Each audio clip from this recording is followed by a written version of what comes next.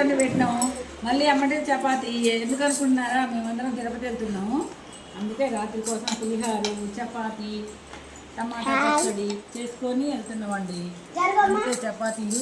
నేను చపాతీలు ఒకటే రుద్దుడైంది.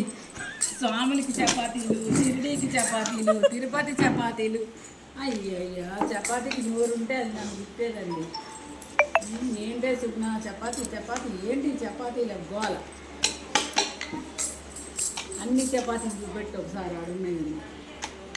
ఇలా ఇలా ఇలా కామిదాన్ని దానిపైన ఇంత నూనె వేసి చేపట్టి బర్ర రుద్దిన తర్వాత మళ్ళీ దాని తల్లి మర్దేయాలి. దాన్ని అంతంత నూనె వేసి అలా ఇలా దెబ్బేసి మసాజ్ చేసి మళ్ళీ ఒక మర తీయాలి.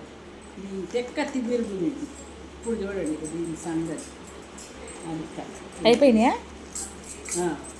ఇలా కాంటే ఉంటుంది చపాతీ తింటుంటే నా స్వామి రంగా.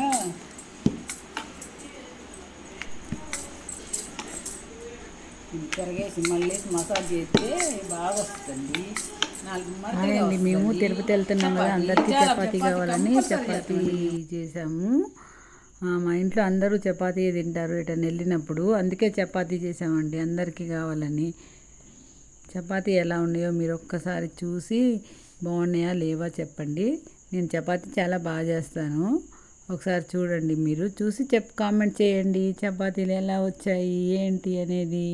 మడతేసి 4 మడతలు వేసి చపాతీ చేస్తే చాలా సూపర్గా ఉంటాయండి. మీరు కూడా ఒకసారి ట్రై చేయండి, చాలా చాలా బాగుంటాయి. మీరు ఒకసారి చేసి తిని నాకు ఒకసారి కామెంట్ చేయండి ఎలా ఉన్నాయి ఏంటనేది. సూపర్ చపాతీ టమాటా పచ్చడి కాంబినేషన్ చాలా బాగుంటుంది. మీరు ఎటన్నా వెళ్ళినప్పుడు కంపల్సరీ చపాతీ టమాటా పచ్చడి పులిహారు చేసుకొని వెళ్ళండి. మేము కూడా తిరుపతి వెళ్తున్నాము, అవే చేసుకొని వెళ్తున్నాము. ఒకసారి చూడండి మీరు మా చపాతీ కూడా ఎలా ఉన్నాయో కామెంట్ చేయండి ప్లీజ్.